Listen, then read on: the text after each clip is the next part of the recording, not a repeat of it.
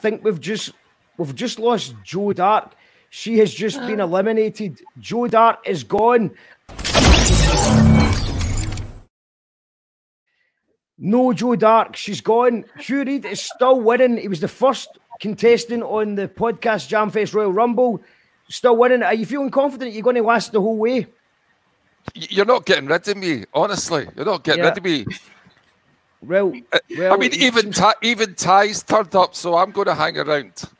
Yeah, amazing stuff. Well, let's bring on our next guest then. Who can it be? Who might it be? Let's find out.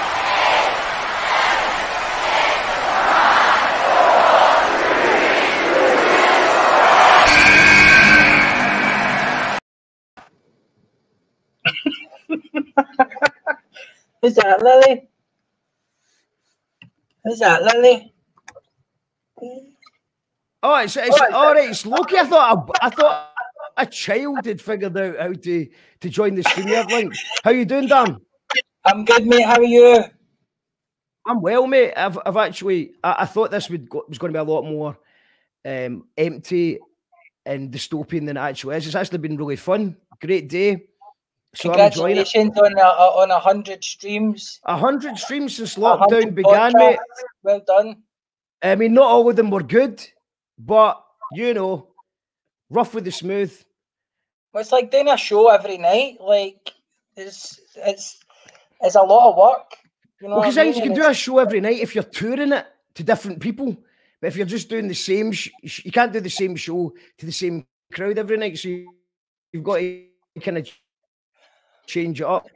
Exactly. So there's been, I've learned a lot doing it. Good fun, hard work and good fun. So are you up for giving us a wee hang? Cool. This is Lily. Saying hello, Lily. Hello, Lily. Is Lily should Lily not be sleeping at 5 10? Even Jim Mornings went to his bed. Joe Darks went to her bed.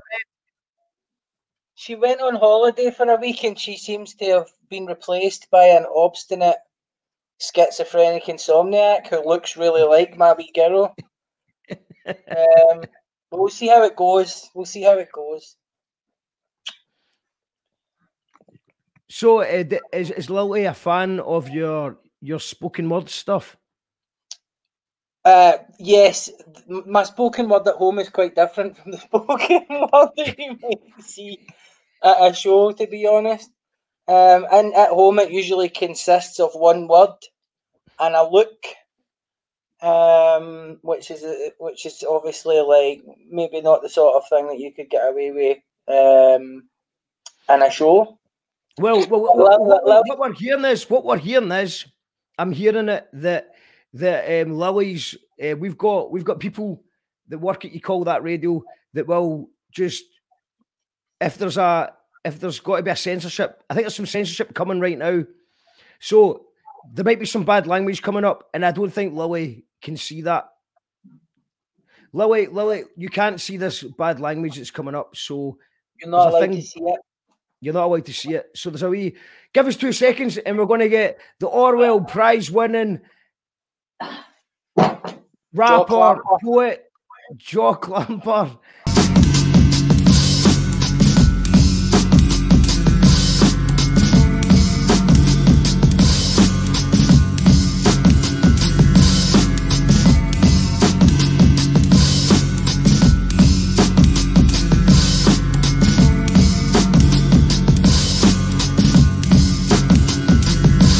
How do we educate our children to take their place in the economies of the 21st century? How do we do that, given that we can't anticipate what the economy will look like at the end of next week? Every country on Earth is trying to figure out how do we educate our children so they have a sense of cultural identity and so that we can pass on the cultural genes of our communities while being part of the process of globalization. How do we square that circle?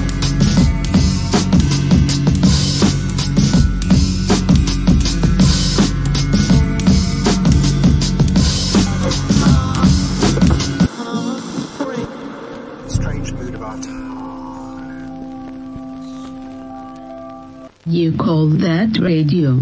Makes coherent sense. Okay.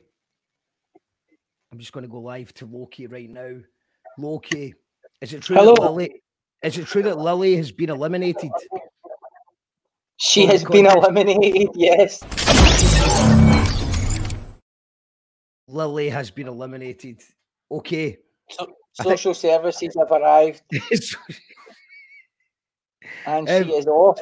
It was just an experiment, you know what I mean? During lockdown, I figured it might be worth doing something totally out of order just for social services to come and take the kids for at least a night. Do you know what I mean? So is it been? It took them that long. It took them that long to respond to the emergency. So they've arrived. They just arrived there. But that's I mean, a lot. I think that's a thing that's been coming up quite a lot when we're talking about different things. There is people that are going through a tough time by being alone in a house, and there's also people that are going through a tough time by being not alone in a house. I mean, whatever sort of end of the stick you get, it's a challenge just because there's a kind of familiarity breeds contempt. You know what I mean? So if you're in close proximity to, you know, other people for too long, it becomes a challenge. It was to be honest, it was challenging more for the kids because, I mean, at least as adults you can rationalise it and you can understand it and you can turn to coping strategies and all that. But the kids have got a certain amount of energy that they need to expend every day, or else they start acting mental. Do you know what I mean? Like we're sending my son back to nursery tomorrow, and he's like a different little boy. And some of that is because he's grown in 4 months, but some of it is also that pretty much Sonic the Hedgehog has been his friend that's got him through this whole lockdown.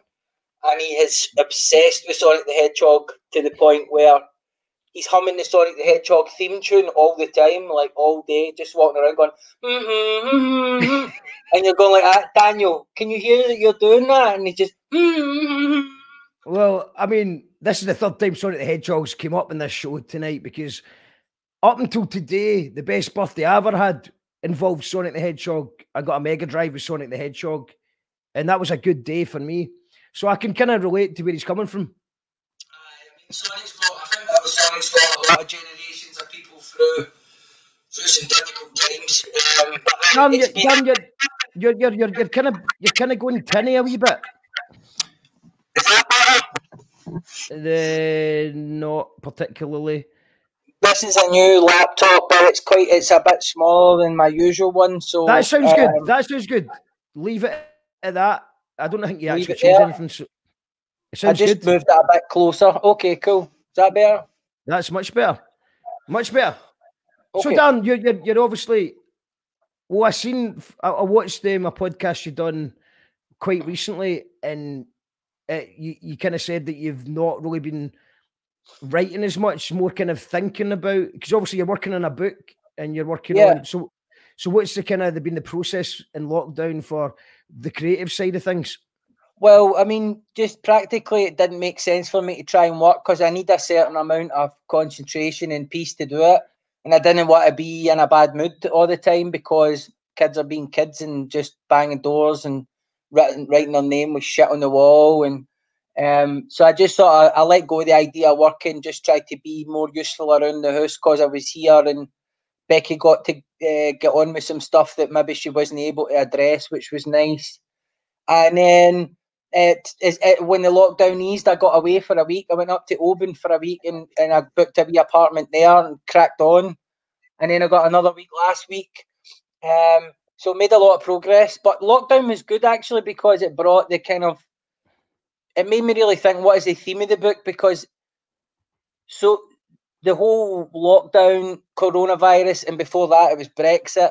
These are big momentous events in society, and if you're writing a book that's about current events, then it becomes redundant pretty quickly if you tie it to something that's ongoing.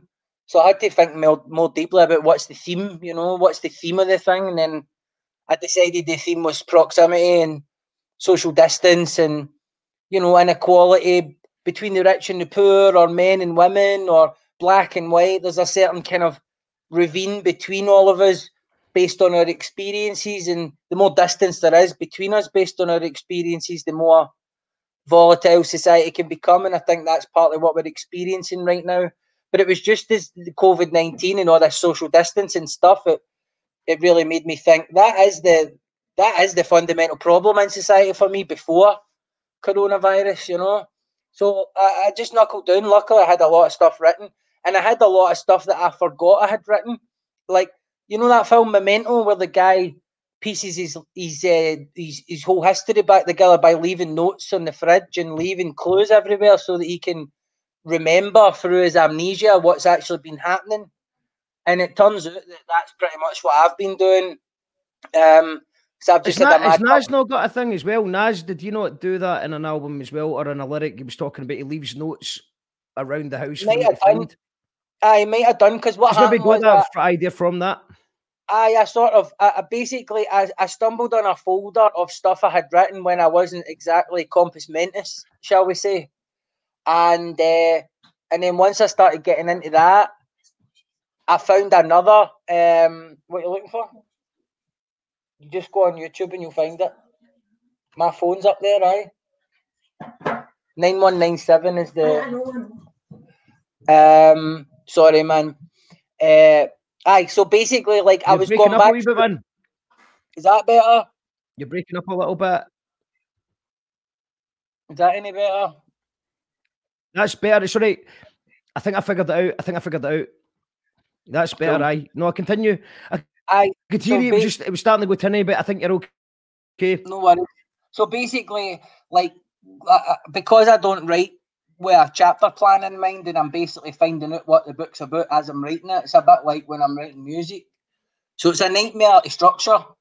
But what I found was a folder of stuff I had written that I'd totally forgotten about. And in there, it was all very much laid out, and that kind of person knows they've got amnesia, so they're trying to foresee the fact that they will stumble on this at a later date and not know what the fuck it is.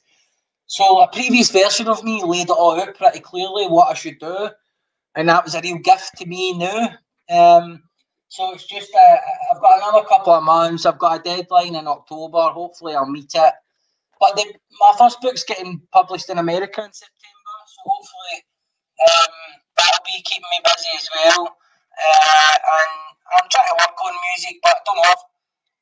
I've not been feeling inspired, you know what I mean? Like, there's a finite amount of time you've got to do things, and the music's had to take a bit of a back seat. There's plenty of stuff to get done, but I just haven't been feeling it.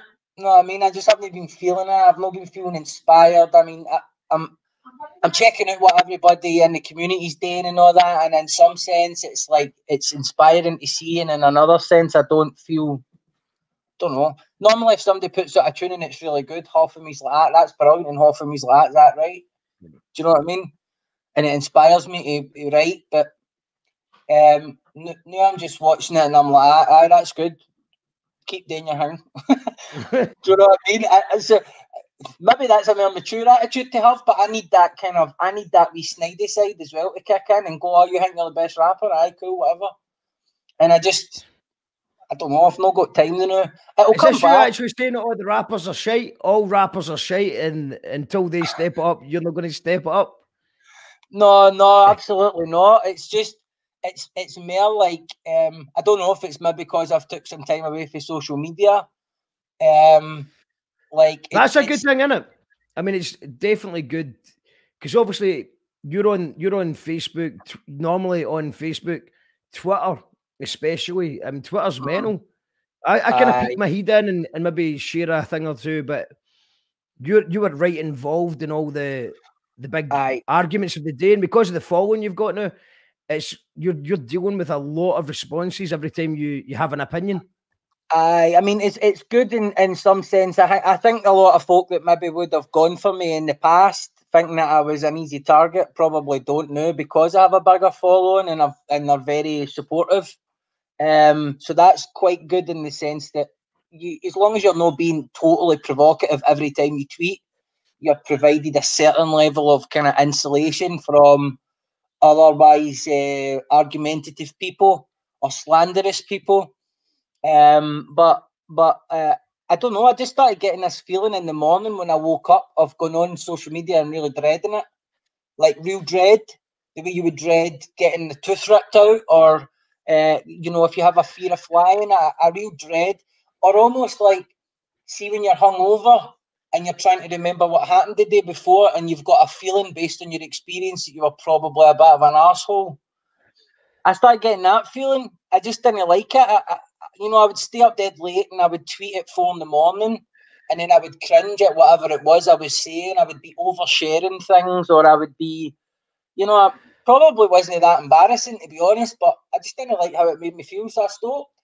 And then I noticed that my impulsivity reduced, and that I was a lot more present at home, and then my mind started to clear, and then I started getting right into the book, because for the first time in ages I started to remember what it was I actually thought about things, and know what I should say based on who might be watching on social media. So I started actually thinking, here is my opinion starting to come through, here is my viewpoint starting to come through, here is what I would say if I didn't give a fuck about what people thought. Which is, I think what people liked about me in the beginning. But I think when you start getting a lot of followers on social media, it becomes a bit of a performance and you don't realise it.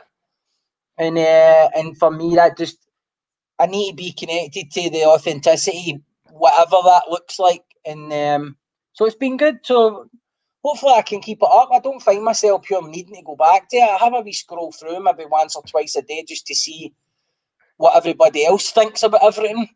And I can see a lot of people are completely uninhibited. Well, that's the difference on it. It's like, it's a difference between someone sharing an opinion, whether you agree with it or not, than someone giving an opinion retaliating almost to what you've already said.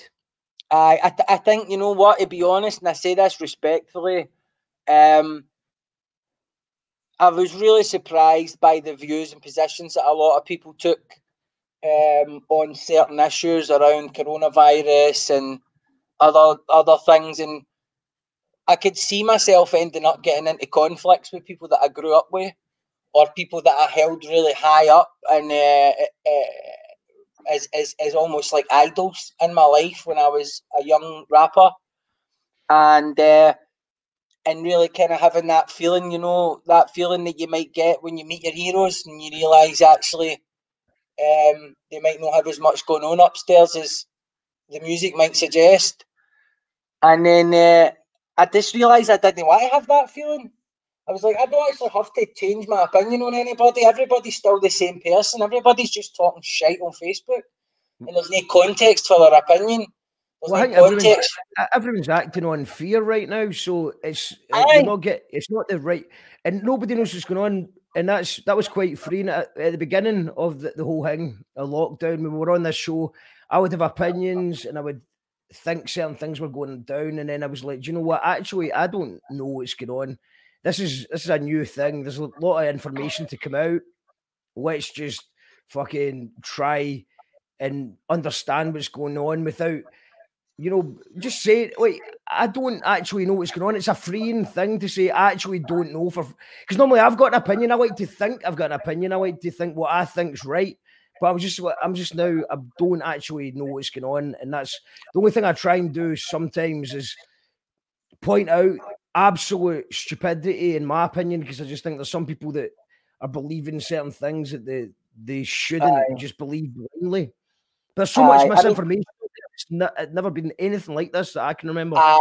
No, I agree. And I think it's understandable, even based on everything that I understand about growing up in a certain community and having a certain sort of experience in terms of how the media treats people for communities that we grew up in, how the police treats people, how schools exclude people.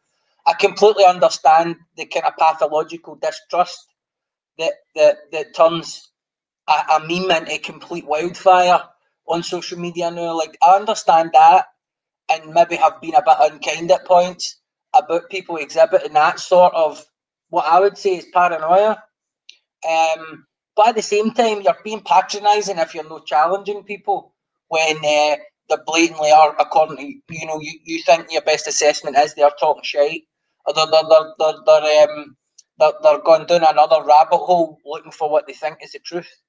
But then I realised again, every now and again, you just get a wee glimpse that you're trapped in the panopticon of social media, and it's like Plato's cave. Do you know what I mean? Like, like when you're in that, that's all you can see, the shadows being projected onto the wall. And then every now and again, somebody else will come down for the real world and say, no, come out here, man. Come out here. And it was just like, I felt like that voice was telling me to get out. You know what I mean? It was like rotting my brain. I couldn't think. I couldn't write. I can turn on autopilot. Like, put me on a fucking panel show and I can sit there with the best of them and fucking phone it in on autopilot. Can talk for Scotland and England. But I wasn't feeling connected to what I was saying. I wasn't feeling that, like things weren't getting under my skin.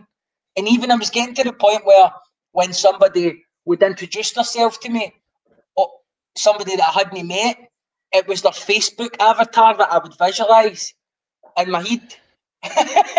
It became like a visual mental language. The language of social media, I was just like, man, this shit is corrupting my fucking brain. It's as bad as pornography in a different way, do you know what I mean? In terms of the way it just distorts your perception of other people, distorts your expectations of other people, and your whole sense. It's good for what you're doing. You're using it as a vehicle to promote something, and then you're bringing people to a place where there's a broader discussion or a broader experience going on, a real cultural transaction. But I think just using it to bark into the void every day and then getting caught up in dealing with what the counter opinions are, I just don't think it's good mental exercise for me personally. Anyway, I'm sure you want to get into all that. Happy birthday! I always knew that you'd bring the good vibes, Dan. No, but it's true, and I think what's interesting is when we bring people from a broader, people that might not agree with each other, when they come on the show and we talk things out, everyone kind of ends with going, "Nah, you might be right about that and stuff." But I think with social media, it's that last word thing. So it's like if someone's in a tweet, you respond to that, and you respond to that, and it's almost like you're like you're saying performative. You're performing. To get the last word in and not accept that last thing, and sometimes you just got to walk away and go, right, maybe we just disagree, but there's no tone, there's no, we need sarcastic italics, maybe italic is sarcasm or something like that. Hold on, I'm just getting a message coming in. Do you have? We've just got someone eliminated. Who's that? It's Mandy is eliminated. As you can see here, Mandy is no longer there. Mandy has been eliminated. Oh no! Wait there. She's maybe not. Oh, she's back. Mandy. Mandy's not. You're not eliminated. You're not eliminated. You are here. You may be back. You may not be. You're going to be Buzz. You're dealing with Buzz. I'm going to take Mandy. Mandy is not eliminated. She is dealing with Buzz. She may or may not be back. We have Hugh Reid is still here. And I don't know if you've met before. Hugh and Loki. Hi Hugh. How you doing? Hi. Great Not bad. Actually, I had a good friend from New York, Jackson Turner. He was a rapper. And I worked with him in China. It's a long story. But he was a fan of yours. So he used to listen to you.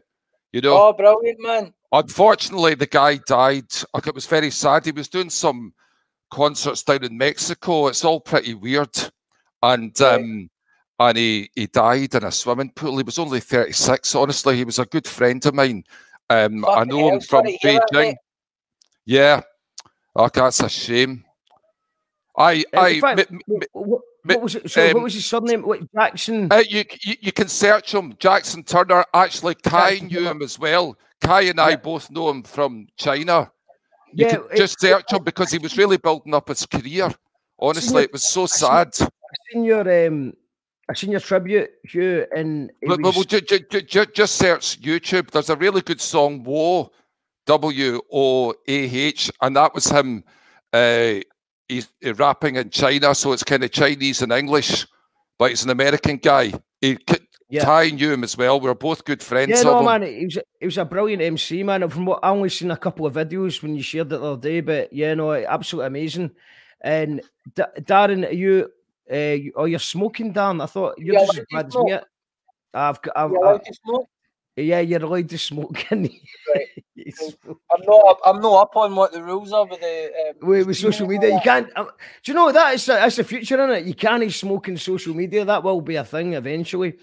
So we've got Darren. Have you got you up for giving us a bit of a cappella or something? I'll let you hear something. They blow up 2 seconds, right? I just had to get a couple of draws there, because that's the way things operate. Let me grab my seat again. That wee girl up there is absolutely screaming her fucking lungs out. Do not eliminate Mandy. Brian, we're not going to eliminate Mandy. Mandy is just is taking Buzz for a walk. She says she may return. She may not return. She's not been eliminated. I've not eliminated her. Mandy has returned, says Joe. I think Mandy is here for the duration. So I think that Hugh's still the favourite. Joe Buchanan says, well done, Darren, regarding the book. And James Owen says, for sure the internet is a rabbit hole. Choose wisely. Been there, done that. That's absolutely correct. We've all been there. Well, I've been there. Mary, Hugh, I would love to meet up with you the next visit. My brother is in Butte. No problem. Just search me on Facebook or leave a message with my videos or something, you know. And we've got a happy birthday for Troy. Thank you. And that was going back. Carol was saying the child doesn't look impressed. The child was not impressed. And Camilla was saying, does she have blue nail polish on? She's doing quarantine better than me. So Dan, what you got for us? You got it's just a wee thing I've got for my new record. It's got a wee bit tinny again, man. It's got a wee bit tinny. Sorry, mate. Is that any better? Yeah, that's much better. It's just I think the microphone's quite shite on this laptop. To be honest, I just got it for word processing. Right, cool, okay. The song's not really got a title yet. But I'll just let you hear some of the lyrics. Okay, I'll just give you a wee intro and then take it away, man. All right, cool. So you're tuned into You Call That Radio? An American psychiatrist calls it audio stimulation. You call that radio? Still coughing up phlegm for the 90s. 10 AM debating if it's too early for ice cream. Turn on the telly, there's big Harvey Weinstein about to recontextualise my life as a crime scene. The old days weren't as good as you remember them. Try to recapture your youth staring at the pendulum. Doctor hands me the quetiapine and says, you're mental, son, and pulls my cerebellum out my rectum with a speculum. He'd banging like a kettle drum. Rock the same clothes again, even though I slept in them. Feeling nostalgic about the life I led when I was young, blowing benefits on drugs, slagging folk and went to work. I hear they're building a tower, but knowing Glasgow will come down as fast as it went up. Here's where you heard it first. My head's burst, MCs in my crosshairs. I watch them like computer software at a human jobs fair. Poets think they're dropping philosophy, looking smugger than a vegan busker, covering a Morrissey song about people smuggling, snorting single origin coffee, half a hipster menu in a women's refuge, getting converted into a fringe venue. Back in the coffee shop, alone in a 2-seater, glance across the room on the off chance I see her, trying not to act weird as a sexy barista wipes a drop of milk off the nozzle of a steamer. She hands me the coffee and smiles. She's a bit of a flirt, often complimenting how my coat accentuates my shirt. She pulls me up for buying lattes at the place across the road. I reassured her this watering hole's the only place I go. Eyes plunging in her neckline, I take the coffee. She glances down at my crotch. I'm rocking grey joggies. I go to pay her with my card and it's declined. She says that I inserted too early. Story of my life. We both laugh. It's an innocent exchange.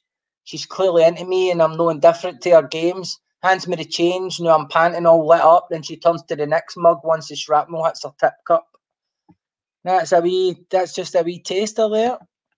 I was just reading that. Is that you, Daniel? Are you before me?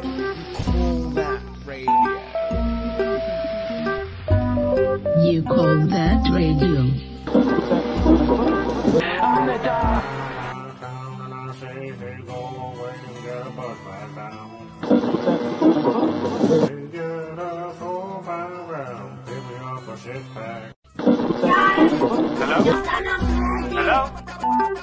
Hello? Hello? Yes, this is Dawn.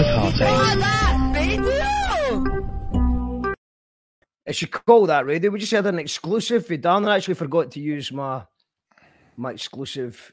Wait, look at this, Dan. This is how you know we're legit. Exclusive. Yes. Through the screen. So we said that. We got some comments coming in from that. Hell yeah, says RBZ. Petra loved that poem. So sorry, you were saying something. I kind of cut you off. I thought you'd finished. Oh no, I was just saying that I was reading off a document in case I just didn't look like I was totally engaged as I was saying it. No, it's fine, man. No, it's good to hear some new shit, man. It's all everything you write's always good, man. And I think that like that's what's good about what you write. It's just not you set some high standards for other rappers out there. Cheers, man. And it's also I'll enjoy hearing when your rap kind of goes spoken word level, so you can just hear it said a bit softer as well. It's just it works. I feel that's the kind of for a rapper that's as interested in writing as they are in rapping or having the persona of a rapper. I think that's the real test.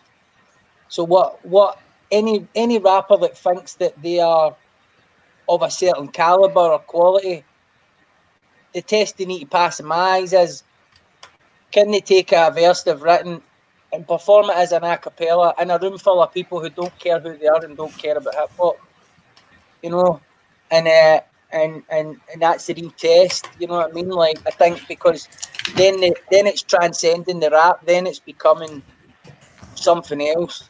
And there's obviously plenty of artists in Scotland in the hip hop community who pass that test with flying colours, you know what I mean? Who are you going to shout out?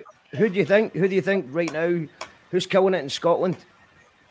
Oh man, obviously, I would say, like, apart from all my crew, who have just been consistent with the writing craft aspect of it, you know, in particular, Gast, has showed a lot of growth in the last few years, and that's saying a lot considering he'd already been rapping for a few years by the time I met him, and I was only 19 when I met him.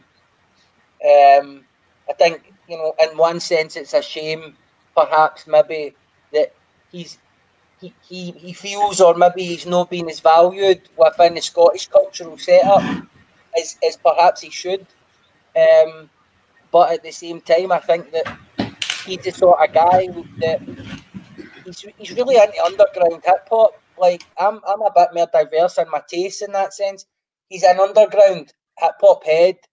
Like, he was into mad obscure shit that was obscure even when I was young.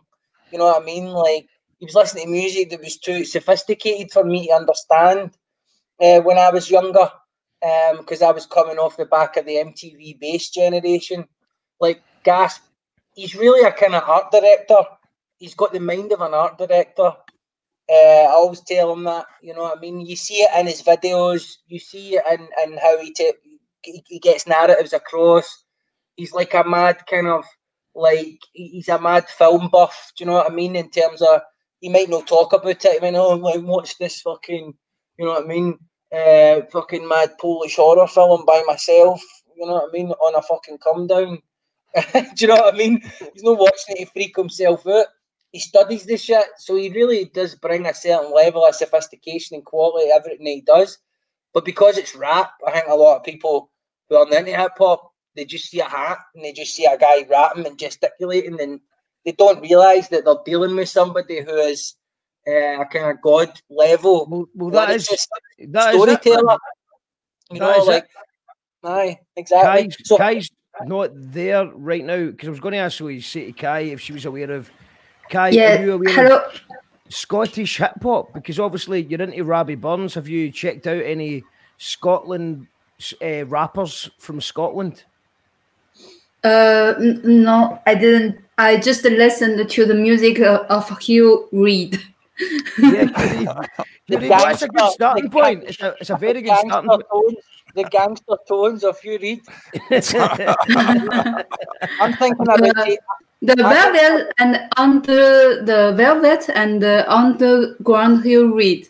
Velvet underpants. Velvet underpants. The velvet underpants. You read the velvet underpants it's amazing music, very important to Scottish culture. And but yeah, I recommend this. Like Darren's saying, people like Gasp.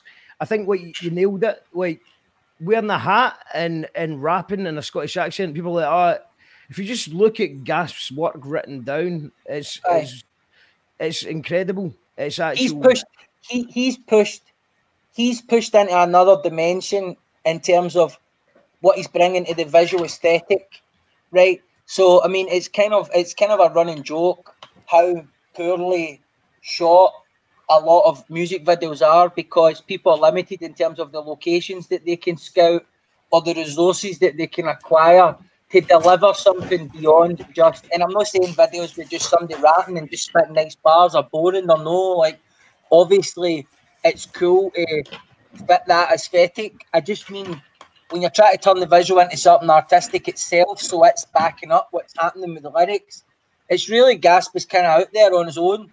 You know what I mean? In terms of bringing that level of artistry and quality. And Tommy Slack as well.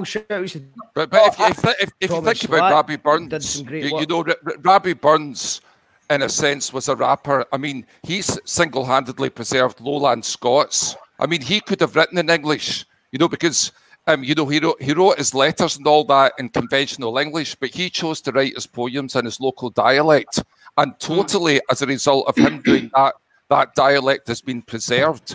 So like 300 years later, we know how people spoke in Ayrshire at that time.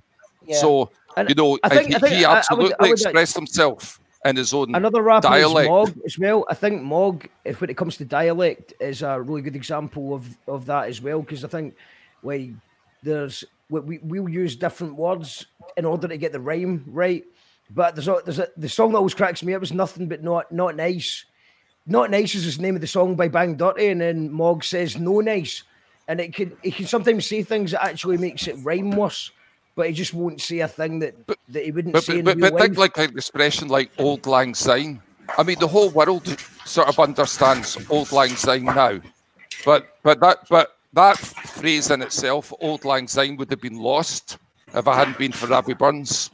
Aye, definitely. Obviously more. I mean, more. Just there's obviously it's usual suspect for me.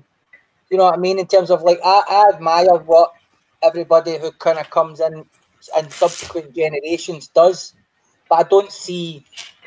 That's not what I'm competing with. That's a different kind of level of the culture. Yeah, I think the question is, we're actually talking about people that you've already said time and time again are amazing at what they do. So it's maybe just like, maybe shout out the young guys, maybe that you're just like, yeah. Because we've got Mark Monday says, Loki's always next level, he's an awesome writer. Brian says, happy birthday, Mark. Thank you, Brian. Nice one, Darren Truth. Nino says, oh, shush about Robbie Burns. Fuck. But yeah, is there anyone sort of like just sort of new young people? You're like, aye, they're getting it. I think Togo Fam as a crew are definitely new in the kind of in the creme de la creme of Scottish hip hop crews in terms of the whole history of hip hop culture going right back to the 80s. You know what I mean? In terms of just the energy they bring, the quality of the releases, and how they bring a sort of they pay homage and they respect things that went before them, and they can employ all those skills in terms of their own music. And if you listen to any early Togo Fam releases, you'll hear boom bap and you'll hear that sort of sample based stuff. But I think that they have kind of very gracefully managed to ride a new wave as well in terms of what hip hop sounds like for a younger generation, and because how old they are, and because they were just kind of coming up at a time where hip hop was changing, I think that they've captured that pretty well. And what War's a good one if anyone wants to check out Togo Fam. Kid Robotics got a new album called War. They've got McCroy, they've got Sherlock on it. Yeah, it's just, and it seems like it's just a big tune for. They're the guys now, man. Like, that's a landmark moment, and it's landmark not just because it's very contemporary, and these are the kind of guys that are very current in doing it, but it's also a landmark because they've chosen to click up and work together. You know what I mean? They've chosen to work together. They've chosen to show respect to each other. They see the value in collaborating. And if you think they're not trying to kill each other on the tune, you're very naive. They're trying to kill each other on the tune, but that makes the tune better, and it's all left in the tune. Do you know what I mean? So I think, obviously, like, you know, Shogun, he's got a different kind of flow. He's somebody that's came from another planet with a flow and introduced it into the ecosystem in Scotland. It took me a long time of listening to him to understand even slightly how is he visualising a beat when he raps on it. Is he even visualising it? Is that me projecting what I do? When I'm listening to a beat, I'm finding the cadence and the flow before maybe I even write the words. But he seemed to be just improvising it as he went. And I remember early stuff of his as well, you know what I mean? Like early stuff as he was going through his development. But that was one thing about it I noticed. His freestyle was very strong because he had a real sense of the rhythm and where he was taking things in terms of just rhythmically, and that's dead unique. I think obviously McCroy, Sherlock, I mean that's a swagger. Do you know what I mean? Like, that's a real swagger Sherlock's got, and I like the on This Is Not Funny Anymore, Togo Fam album by Mac. Sherlock got a guest verse on it, man, and like it's just the way he comes in. You know what I mean? It's just the way he hit the tune. Some people, they just hit the ground running with the flow, and obviously the lyrics are there. There's a presence there. There's just something about the kind of snarl of the flow. It's very West of Scotland, and you know what I mean? But I don't know. It's invigorating when you hear it, whatever he's rapping about. Empress, I think. Obviously, I've known her for a long time, but it's good to see her getting. It's good to see her not just getting the respect, but she's making clever moves in terms of who she's collaborating with, taking the time to get a video done. And you can see all her influences very evident in her, but she's not biting anybody. She's got her own style, and I like the fact that she's very lyrical in a male-dominated place. She's very confident in her ability, and I like the fact as well that there's clearly a lot of American influences in our music in terms of just how it's created and how it sounds and some of the slang. And I like that because I love American hip hop, commercial American hip hop, underground American hip hop. There's so much good stuff that's came out of America in the last 20, 30 years. And, you know, like, I think sometimes it's easy to fucking dismiss it because you're a pure purist and all that, you know what I mean? But, no, there are Jay-Z tunes and Missy Elliott tunes that are as good as any Aesop rock tune. Do you know what I mean? And maybe that's going a bit far, but in terms of just listening and just being like that when you're in the moment, you know what I mean? And you're like, ah, here, this is a fucking tune. Do you know what I mean? It doesn't really matter if it's commercial or if it's, you know, the most obscure fucking shit that's ever been released. Well, do you know what we're going to do? Just to have a wee break, because I've been here for 3.5 hours and we're having a Royal Rumble here, but we're going to switch to the song you did with Impress, Tell Me Something New. So if you just want to give us a wee intro to that, Dan, that'd be brilliant, and we'll switch that on, and it's a tune. Sound, aye. We recorded this a while back, and when she asked me to collaborate with her, I was pure chuffed about it. So actually, I lifted a verse that I had completed quite a while ago that was waiting to go in a solo tune, and basically it just kind of fit the beat, and I wanted it to be as good as possible. So rather than just kind of phone it in because it's a collab, I felt the need to make sure that, like, I put everything in there. And she killed it. Steg killed it on the beat, and then Andrew killed it with the video. So I was dead proud when it came out, and she's doing really, really well. Yeah, I think Impress as well. It's just like good to see a female MC from Scotland. Just actually, she's worked really hard for this. She's been working for ages, and every time she just plays a gig, she's just winning crowds over. I've seen her play gigs to punk crowds and people, people that weren't expecting that, and they're just like, you can't deny that she's no punk. It's just. She's just no matter who Empress plays in front of, she's an actual live performer. She's not just rapping, looking at her shoes to the beat. It's very catchy as well. What she does, there's a real skill in writing a catchy chorus. You know what I mean? I've wrote a few catchy choruses, and then there's other things where I've tried to replicate it and just not been able to do it. So there is a real skill to it. And like even just like writing a wee hook like okay then. Do you know what I mean? Like a phrase everybody understands in Scotland, but there's something about the rhythm of it that's dead catchy, a total earworm.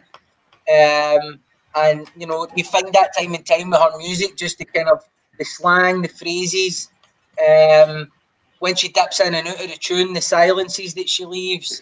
She's a clever songwriter. And shout out to Steg G on the beat, of course. So absolutely.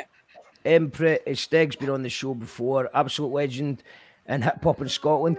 Kai, I would love to hear your opinion on it, because obviously you're into. Kai, are you still with us? Oh yeah, you're there. Kai, so as someone coming from China who lives in France, who's in Robbie Burns in his Scottish dialect, this is Paisley dialect that we're introducing you to, and it's over a hip hop beat. So hopefully you enjoy it.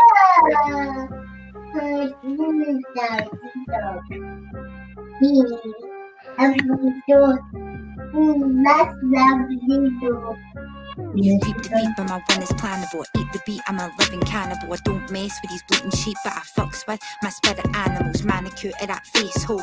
Man shall know his place though. Long hair, just don't care. Don't get pressed about my nails hole. Fuck, I look like I'm too real for you. Any roads, my heavy flows and my mental prose. I dedicate my head to those. Bend the flows and chill it down. You must be choking ho. Spit rip right and think like me. Nah, you must be joking ho. I'm on a roll. You wish you had this drip. I'd go toe to toe. It's no worth the dough when the shoe size doesn't fit. I am confident. I'm that condiment. It puts a kick up in your dish. Now I'm pondering while you're on a ting when you're spitting all that pish. So go and tell me something new. Tell me what it do. You must be tripping too. I said, tell me something new. What it really do? That news that isn't true. And tell me something new. Tell me what it do. You must be tripping too. I said, tell me something new. What it really do? The lying unto who? My life is just pieces of paper, the beats like a stapler, bringing a order, a shape and a signature to my demeanour, a saviour, relieving my devious nature. I needed a craver, the warmth and the feeling I'm safer. The freedom for danger, the fear recedes like a glacier, creating unspeakable mania. I'm a bad lover, a better son, a mad brother. Sealing the top pieces of himself on a notebook with a hardcover. Paper for seals, butcher's pencil with a black rubber. For my rudder, dropping the anchor and plowing the depths of despair in my wreck she can't recover. Submersed, ego sore. If only the waves could have swept me away. Two sheets to the wind, watching people roar. Climate cacophonous, waving and suffer crescendo. He settles some feeble scores. I never really needed to compose. Washed up while I'm riding the tide of the people adoring. It's casting an ominous shadow and all a bravado upon the receding shore. Shallow wee fucks who drown to the day they accept I'm a little too deep to ignore. I come with a message I found in a bottle. A truth shook me in my core, and I warn you the crystal's as clear as the righteous path I'm moving a beat to your door. They put their faith in me, so I got off on my knees and vehemently swore it was I would seek to restore. They ain't holding a breath, and I'm hoping it keeps me afloat. Wrestling the flotsam and jetsam, desperate for oxygen, I need the harbour to park all the thoughtless aggression. Sailors knots of detention, charting up course for a fog I was missed as a child. Now upon you a storm is descending. Run for the hill, you're a drop on the level. I burn on the ocean upon which your rivers are all intersecting.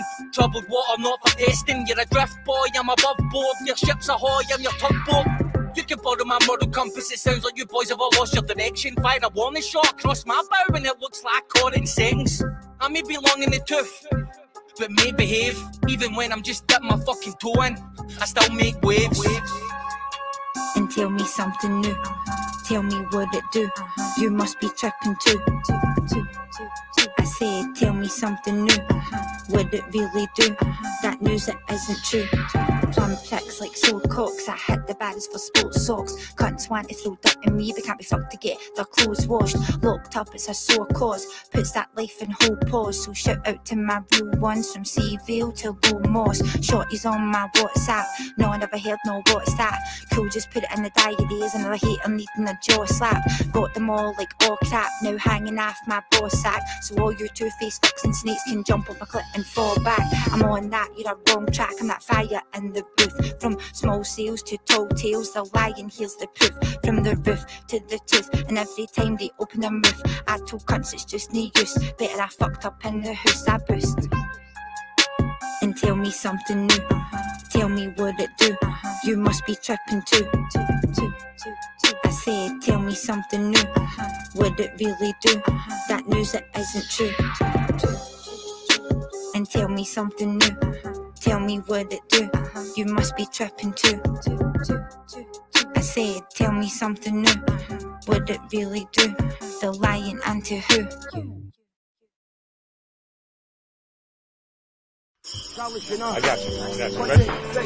Yeah, he's 1, 2. 1, 2, 1, 2. Yo, this is Charlie Tuna from Jurassic 5 live and direct here in Glasgow, Scotland, and you call that radio? Upon you, we are here to tell the people that we hear you. One God will not allow us as people of conscience to lose our morale. We see the crimes of this government, how they support every dictator and criminal on this earth. Sometimes you can feel down. Sometimes you're at radio, and we're live.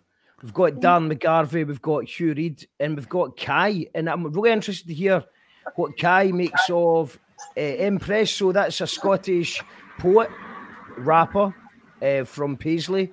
It's obviously a lot to take in the first time you listen to it. She's going very fast. But did you enjoy that? Yeah, I really like it, but I found out that it doesn't contain a lot traditional or ancient Scottish dialect words inside. So it's mostly like normal English. Maybe there will be a little bit Scottish accent, but for me, it's not so complicated to understand. But you understood it, no problem. Yes, but it's a song, so it's with word with all those vocabulary that I understand, but I didn't pay attention to combine them together. So it must be quite difficult because you're actually listening to the Scottish. You're talking Robbie Burns era Scottishness mixed with English, mixed with Scottish accent. So it must be quite a confusing experience to listen to it all and wait for the right words. Or, I mean, how is it? What does it feel like listening to a song that's kind of drawing the line between English and Scottish? Can you repeat the question? Sorry. I saw some comments like something Thai is struggling. It's for me, the comment. Yeah, no, but is it difficult to listen to two languages at the same time? So if you're listening out for Scottish slang dialect, but you've also got English words that you understand in English as well. Is it confusing to listen to a song that's got kind of combining that, or is it easier? I think it will be both are not easier for me because I'm living in France. And so I'm not in the whole English or Scottish language environment. So, for example, I listen to the French radio and I understand immediately. But if I try to listen to English radio, maybe I need to concentrate to understand. So for the song, I think it's the same. For either in Scottish dialect or in English language, the mixture, for me it's the same. Do you feel like the French, because you're living in France, are you more confident with your French than your English right now because you're surrounded by French? Yeah. That's definitely true. I think Hugh can see that I right now speak maybe more fluently French than English. What if I lost a lot of vocabularies in English she speaks 3 languages. I mean, her home language is Chinese, and then obviously French, then English. I mean, do you speak Chinese dialect as well? Because quite often in China, there's local language. I speak China's a big country. I've heard it's bigger than 5, so I'm sure that China's got different dialects.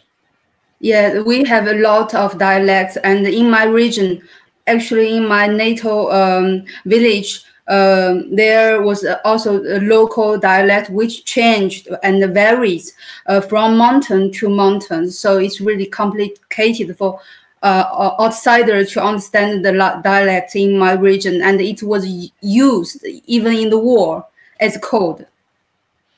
And it's maybe it's a maybe. With I heard in the private chat, Hugh messaged me saying that you were going to say happy birthday in Chinese and French.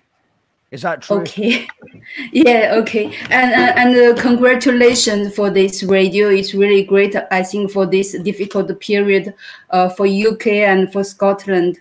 And thank you for doing this great job. And 生日快乐 et joyeux anniversaire. Amazing. What does that mean? So dear, it means happy birthday. Wait, can you say it one more time? Because it's quite a long phrase. I'll try and repeat it. Okay.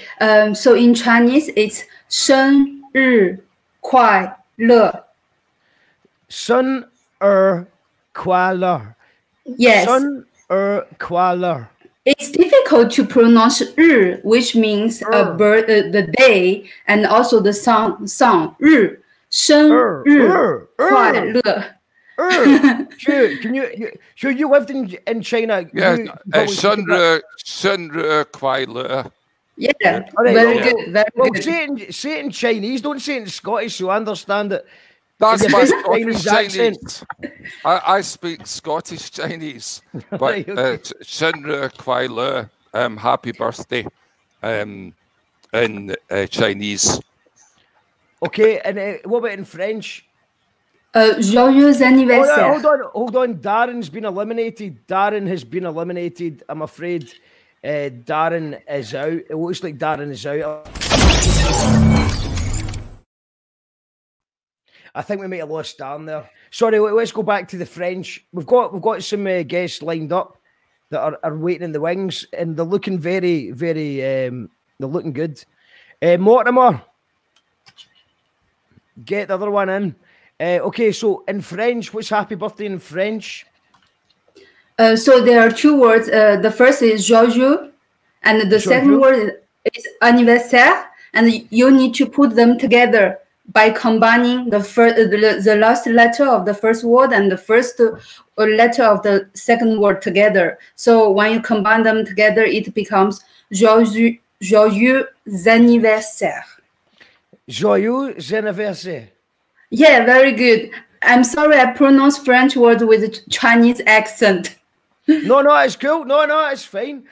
If I ever go to France, people will they'll think I'm Chinese because I'll just be like doing the Chinese accent. You get that a lot in Scandinavian countries. I find the people that speak very fluent English will be saying it in an American accent, and you're like, they sound like they might be from the US of A, but they're actually from Sweden or Denmark or something like that. Because obviously the way that I think Ty speaks English with a French accent. Come on, man. Even though she's Chinese. I prefer the word of Mark. Well, okay, I just want to thank you so much for being on the show as well, and also it's incredible. It really annoys me that you would apologise for your English. You speak English very well, you speak Scottish very well, you speak French very well, you speak Chinese very well, and yeah, don't apologise for anything. I think we're going to bring on the next guest. It's the Royal Rumble. This is the podcast Jam Fest. Who could it be? Who do you think it's going to be, Hugh? Who could it be? I think it's Elvis come back from the dead. Is it Elvis coming back from the dead? Let's find out.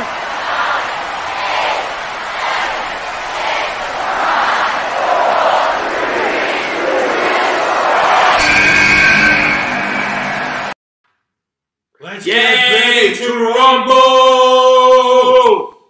You're the ultimate tag team.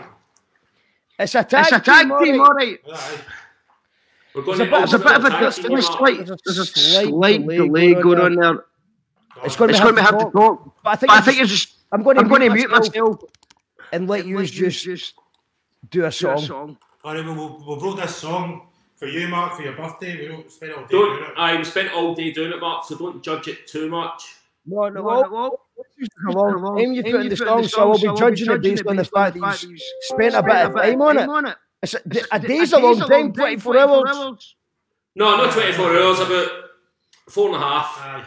4.5, and I seen definitely 90 minutes. You were going away and having these breaks as well. Right, we ready? Yes, you're ready. Everybody hold on, wait there, you're not ready. We need the introduction. Hold on. An American psychiatrist called it audio video. You call that video? Now we're ready. 3, 4. Happy birthday to you. Happy birthday to you. Happy birthday, dear Mom. Happy birthday to you. Is it that See, bad? 2 ages, man. Did you write that? You know that, Did that, aye. Just for you. I recognise it. I think you might have been stealing ideas. The tune's similar to something you maybe know, but it's not quite the same. Can you play one more time? It isn't a long one. Let's just hear it one more time. Happy birthday to you. Happy birthday to you.